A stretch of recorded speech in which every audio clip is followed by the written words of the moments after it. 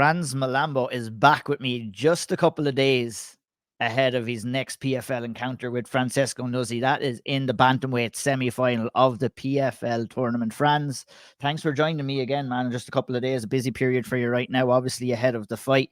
You're back just under 2 months, or just 2 months to the day, really, since you last fought. And, considering where we were talking before, you had such a long layoff. It must feel good to be fighting in such quick succession again for this one. Yeah, no, it's steady, man. It's exactly where I've always wanted to be. You know what I'm saying? Like you said, only shortly ago I had a fight, have one coming up, and I already have the next one lined up. You know what I'm saying? So it's absolutely perfect. We're in good spirits for sure, man. That's good. Glad to hear. Last time we seen you obviously was the quarterfinals over in Germany. Rashid has a lot went on before that fight, change of opponent, weight misses, all of that kind of stuff. How was that experience for you, with like maybe going in and being introduced to PFL as a promotion, and then obviously the fight itself? It was awesome. Yeah, no, like the show itself was good. PFL take real good care of you, man, the whole time you're there. The fight itself, man, I felt very rusty, like I said, but it was mad, right? Because I felt terrible in the fight, like as in I didn't like I what I wanted to do just wasn't happening for me. Do you know what I mean?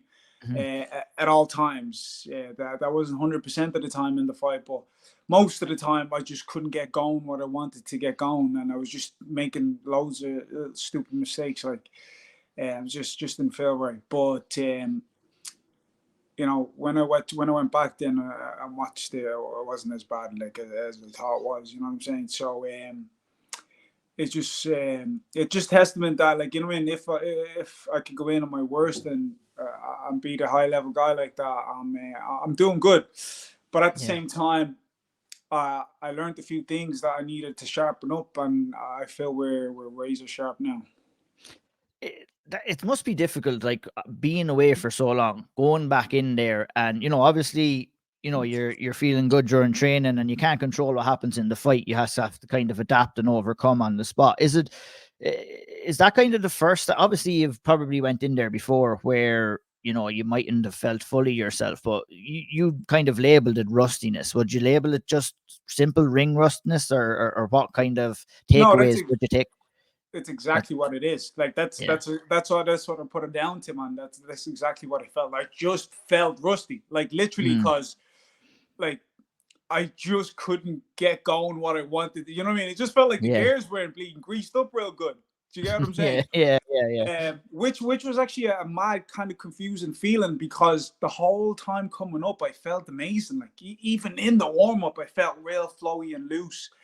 And then the second we got in the ring, I was just a bit stagnated. You know what I'm saying? But that's not like by any means a loss of ability or not like that. I just put it down to ring rust and just the pressure of the moment, I suppose. But I'm a veteran in the game, and I don't see that happening too many times. And especially now with what we're into with the quick succession of these fights, I feel like I can put my best foot forward and show really what I've been saying I can do, but just haven't been given the platform to do so. Absolutely, you certainly have the platform now. I'm very curious just to pick your brain, because it's a very kind of a nuance kind of a subject, and everybody deals with ring rust a little bit of a different way. So when you're going through training, everything is good. You're going through the warm up, everything feels good, and you get in there, and then suddenly you don't feel yourself. What kind of adjustments or what thought process is going through your head? Kind of get through the fight. And look, it was a good performance, but on Frans Mlambo standards, I've seen you perform better in there, and you've said that yourself. Yeah, 100%. No, but like that's the thing. At the same time, I knew I was doing enough to win. Do you know what I mean? I knew I was winning the fight. It just wasn't in the fashion I wanted to win it in. Do you get what I'm saying? Yeah. So, like, and as well, like the guy was awkward, and I tend to just, I mean, the better you are, the better I kind of get. You know what I mean? Yes. It's what I mean. I kind of I You match the fight to the energy. level of your opponent, per se. Is what they say. Exactly. Yeah. Exactly. You know what I mean? So you know what I mean. That might have a few things to do with it, but there's just so many variables. You know what I'm saying? But with like whatever the variables are, like, I mean, we're a different story now. Like I said, I've always wanted to be active for the simple fact that I know when I can get in and in and in and in constantly, that's just what I can do. I can perform like that. You know what I'm saying? And the fact that last fight is so fresh, and then I have another one coming up. Do you know what I'm saying? I'm gonna really be able to really show what I can do. So that's the thing. There's only so many things I can put into words, but I'm just looking forward to actually showing what I'm talking about on the 30th of September when I go against Francis, because when I feel very good, and I feel like I'm going to be putting my front foot forward. You know what I'm saying? And I just feel great, man. I just can't wait for this fight. Just a few more on the Rashid Has fight. You found out just a couple of days before that your original opponent wasn't going to be. You were originally scheduled to fight. His name escapes me now on that card. Dominic Wooden. Dominic Wooding, yeah. Dominic had to pull out, yeah. And then it was Rashid Has. That was just a week before the fight, and then we had the weight miss. So all those little things kind of play into effect, or you just take it in your stride and just go in. It doesn't matter to you at all. No difference to me at all. Like, seriously, like, not one bit. Obviously, you know, the only thing is that when somebody is in there and they just haven't made the weight, you're just kind of thinking, yeah, I mean, do they have a bit of an edge because of that? But at the same time, I'm just so good at doing weight cutting anyway that I feel like that I always have an edge in that, regardless. Do you know what I'm saying? Yeah. And then the change of opponent, I don't study my opponents anyway, so it doesn't really matter who I fight on the day. You could change my opponent on the day, and it won't really make a difference to me, because my approach doesn't change. Do you get what I'm saying? Yeah. So there's a few things that do bother me, and things that I'd like to go a certain ways, but them aspects some of the things that don't bother me as much as they should, really. 100%. So you said you learned a couple of things from your previous fight. What did you learn, and what did you bring into this training camp for the Nuzzi fight coming up? The things, there's more. They're just so nuanced that I would rather say it after the fight, if you get what I'm saying. No problem. Yeah, that's totally fair. That's totally fair. And looking at the other semi-final bracket, Ali Talib versus Khurshid Kakrov is in the other semi-final bracket. How did you assess their performances looking back at that their last fights to get there? Yeah, no, them two fighters were savage. You know what I mean? Obviously, Kershaw. I mean, we've trained with him, so we know what his story is about. But at the same time, we could see improvements. Like, he was way slicker on the feet, and real good ground defense and stuff like that. So, yeah, he was good. And Talib was just awesome as well. You know what I mean? So they're two high level fighters that I'll be glad to face any of them in the finals. You know what I'm saying? Yeah, they did good. That's it.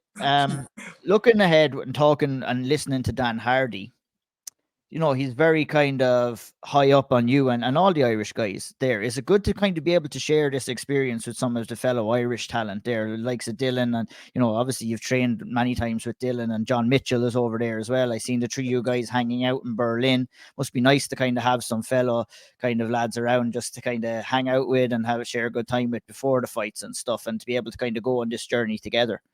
Yeah, no, of course it is. Yeah, but like this time it was a bit extra special for me, like because it was kind of like a reunion with me and Dylan Logan. I hadn't seen him in ages.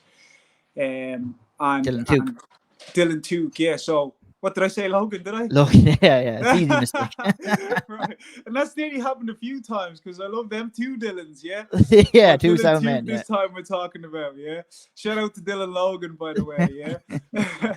But yeah, so I hadn't seen Dylan Took for a while, and seeing him there in Berlin was awesome, and his progression in everything, you know what I mean? Just his whole maturity and everything else just was great, was fantastic, and he's in a good place, a way better place than he was the last time we seen him, you know what I mean? So it's positive. It's positives all around with Dylan. Took. So can't wait to see him again in Paris and see his progression. And with John Mitchell, obviously I spent a bit of time there with him in Abu Dhabi, and we clicked there, same as we did in Berlin. Obviously, him and Dylan Logan are kind of like, this is it's a bit of friction, not all the time, but from time to time, they can't spend too much time together since they are potential opponents. I suppose they're looking at they're looking at each other in that way from time to time. So but yeah, no, it was still great fun, being in that little group and with them over there. And obviously it's going to be the same in Paris. But yeah, man, it was awesome. It was fantastic. Brilliant. Especially like, I mean, spending that time with Dylan, yeah. 100%. Like the way your guys' situation with PFL right now, accompanied with, lots of the guys fighting at Bellator. We have a couple of UFC signings right now. Your guys been around the Irish MMA scene for quite some time. How do you kind of see the Irish MMA scene for what it is right now? Do you think we're in a good period or what? I think, honestly, personally speaking, I feel Irish MMA has never been in a better spot. Like, I remember way back in the day, and I'm sure you do as well, where we were like competing on shows that weren't even called MMA. It was called extreme cage fighting and this and that, all kinds of mad names altogether. But now we're seeing this ever progression of mixed martial arts in Ireland, across all different big platforms. And just wondering what your assessment of everything is, and where you see Irish MMA at right now. No, you're absolutely right. Like you're saying, it's booming in every aspect. Like I was even talking to somebody last week or something, and we were like, I mean, they're starting so much earlier now. Like, I started MMA when I was 21. Do you know what I'm saying? And so you have kids in there flipping under 10, like in the gym, and there's loads of them. You know what I mean? Where before there was only a few little kids here and there scattered, but now there's loads, man, and there's just such a there's just a big love for it, and it's just booming everywhere, which is inevitable though. We always knew this was going to happen. You know what I'm saying? With the type of sport it is, it was just about it catching up, and that's happening not only in Ireland but all around the world. But especially in Ireland, it is obviously because this is where we are. This is where we can actually see it happening. It's absolutely booming, yeah, 100%. Because even I was actually in the gym talking about that train. What's it? I don't know if it's the Train Alta. It's not the Train Alta. It's just something else. I'm not sure which one is which. I'm getting them mixed up. But anyways, they're getting to fight people overseas. So these are people. They're not even full-time kind of athletes, but they can train a few months or whatever, and then get a fight like abroad, which is flipping mad. You know what I mean? Like only a few years ago, you had to work really hard as a pro or whatever to get them type of opportunities. So you know what I mean, that's just a testament to the growth of the sport in general. So you know what I mean, in a few years, I'd say we'd be reaching Olympic status, no doubt about it. Fingers crossed. Fingers crossed. Look, I mentioned Bellator there. I have to ask you just about Kenny. Picked up a loss, his first loss of his professional career, against a really good Josh O'Connor at Bellator 299. How's Kenny doing after the loss? It was just, look, it's things that happen at the early stages of your professional career. You come against a good guy, and it wasn't Kenny's night on the night, and I'm sure he'll be back. What's your thoughts on the fight itself? You know, Kenny's a savage fighter. Like, you know what I mean? You get sometimes where a guy just edges it out a bit, and that's what that guy did. He just kind of edged it out, and I haven't really got to sit down and speak through it and stuff. So I don't know how he is, but yeah, man, it is what it is. We're going to move on to the next one. Yep, 100%. You've obviously experienced losses in your early pro career too. It doesn't define you. Do you remember your first loss, and does the losses hurt more as you progress, or does it get easier to kind of lose as your career progresses in your experience? It was flipping mad the way it happened to me though, because I think I I think I had 2 wins in my amateur, right? And then I lost. And then I had another few more wins, and then I went on another streak, and then I lost another one, and then another went on another streak. And then as I came into my pro, I gathered a few losses there just at the start, which was kind of flipping a weird feeling. Do you know what I'm saying? Yeah. So it Yeah. just kind of depends. Like You went on a looking back at your record, you went on a 7-fight win streak to end your amateur career, picking up the IMAF title and everything like that. Went in, won your first couple of pro fights, then picked up a loss very early. So you're coming in from this massive high, and then early you're having to deal with the loss. Then it must be kind of strange to have had to deal with that in your early career. Yeah. No, and if flipping it ain't me in a way where I was like, what the was that just all a ruse? Like, am I not just as good as, you know what I'm saying? But what happened was I was just so good at striking at amateur that I just that's what happened. I just was knocking people out. Do you know what I'm saying? And I thought that was going to that was going to carry me through into the pros, and it just wasn't the case. Like, you know what I mean? My weak points were weakened than they needed to be at that stage, you know what I mean, which was my ground game and the wrestling aspects of it, which are fixed now. But that's where I feel I was my downfall at the start of my career, but which was a mad thing to work across, because I was like, I had a goal to get to a certain number of fights before I went pro. I was like, right, once I get to here, I have enough experience where I can go pro. But then when I went pro, I was like, actually, I'm not experienced enough. You know what I mean? When it came to certain things, but we've dealt with that as we've gone on, and now we're nearly the damn near veteran stage, and we're still have the foot on the paddle, man. You're coming up on that 7-fight win streak that you had in your amateur days. Right now 6 fights it is undefeated for you. Coming into this one with Francesco Nuzzi, you'll equal that and then go on to beat it if you win this and go on and win the final as well. Coming into this fight, what kind of challenges are you expecting Francesco to bring in and showcase to you in the fight? Who knows, man? We'll see when we get there. Like, the thing is, I just know he's a striker. So what are you gonna do? Like, what are you gonna? Because I don't think it's like, it will be very, very rare that he's a better striker. It just would be very, very unlikely. And so I don't know what he plans on doing. I don't know, but I don't know what he plans on doing, but I know what I'm going to do. And that's just stand there and bang, man. You know what I mean? And actually show the shit I've been talking about. Just people need to see how actually skilled I am. And I feel like I haven't showed it to the fullest extent. You know what I mean? From time to time you see it. But I just feel like I have a load of special things out there that I need to show that I just haven't yet. But you know, that's semantics. Anybody can say that, isn't it? It's just about doing it. It's saying it, it's going out and doing it now. It's the task that you're looking forward to doing in a couple of days' time. And exactly. I mean, I feel that you haven't got the level of respect that you deserve so far in your career, whether that's through inactivity and everything like that. I thought, it's been very start-stop for you. So I'm very excited to see you progress within the PFL. Are you thinking far beyond this tournament or this fight or anything like that? Obviously, a win would bring you to Dublin, and then obviously maybe onto the States next year. Is that what you're kind of thinking? Get this win, get the belt, win the tournament, onto the States and showcase your abilities further?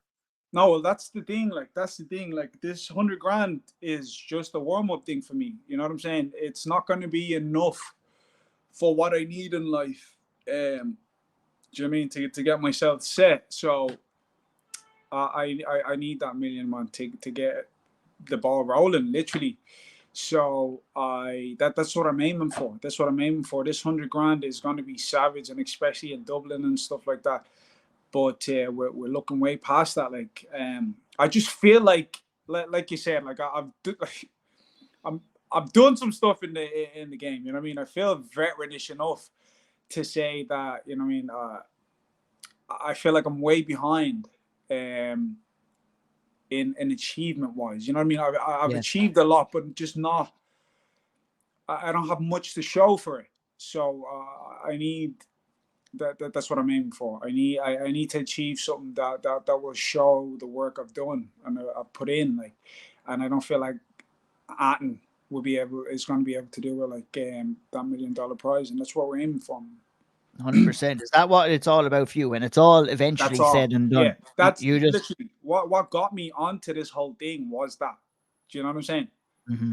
That's the aim. That was always the goal from the very start of this whole thing. So that's it, man. That's what we're. Does being a world champion with the PFL mean anything to you at all? No, it's all about. Yeah, well, if that brings the financial part of it, then it will mean. Like, that's what I mean. I've had so many belts. I've been champ. I've been world champ before, and I have nothing to show for it. So that, like, I mean, I could literally say at one stage I was the best in the world in my weight division for that little period of time. Great thing to say. What it doesn't matter. It only matters to the new people I tell, and I get to feel good about myself for like 2 seconds. But nobody actually cares. You know what I'm saying? Unless you can show, unless you can show something for it. Like, I don't even have the medal for that. So yeah, you know yeah.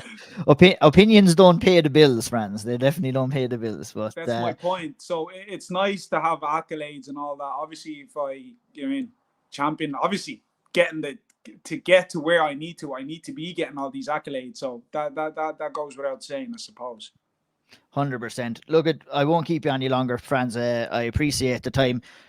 When are you heading over to France? And when are you making that happen? Is it tomorrow or the next day you're heading over there? Tomorrow night is my last night in Dublin. Nice.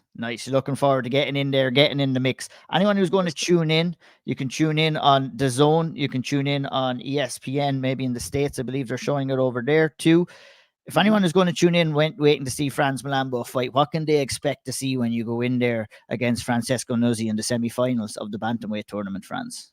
So go on to Instagram, type in Frans Mlambo, go onto YouTube or whatever, type in Frans Mlambo, look at some highlights.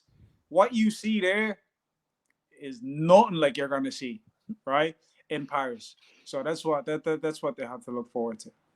Lovely. Love it, Frans. Thanks so much for the time. Appreciate it. All the best next weekend. This Saturday, September 30th, you can tune in, see Frans Mlambo competing on PFL Europe 3 for the chance to win 100,000 and move on to Dublin into the finals with a win over Francesco Nuzzi. I wish you all the best, Frans. Thanks for taking the time as always, and we'll talk to you again, sir.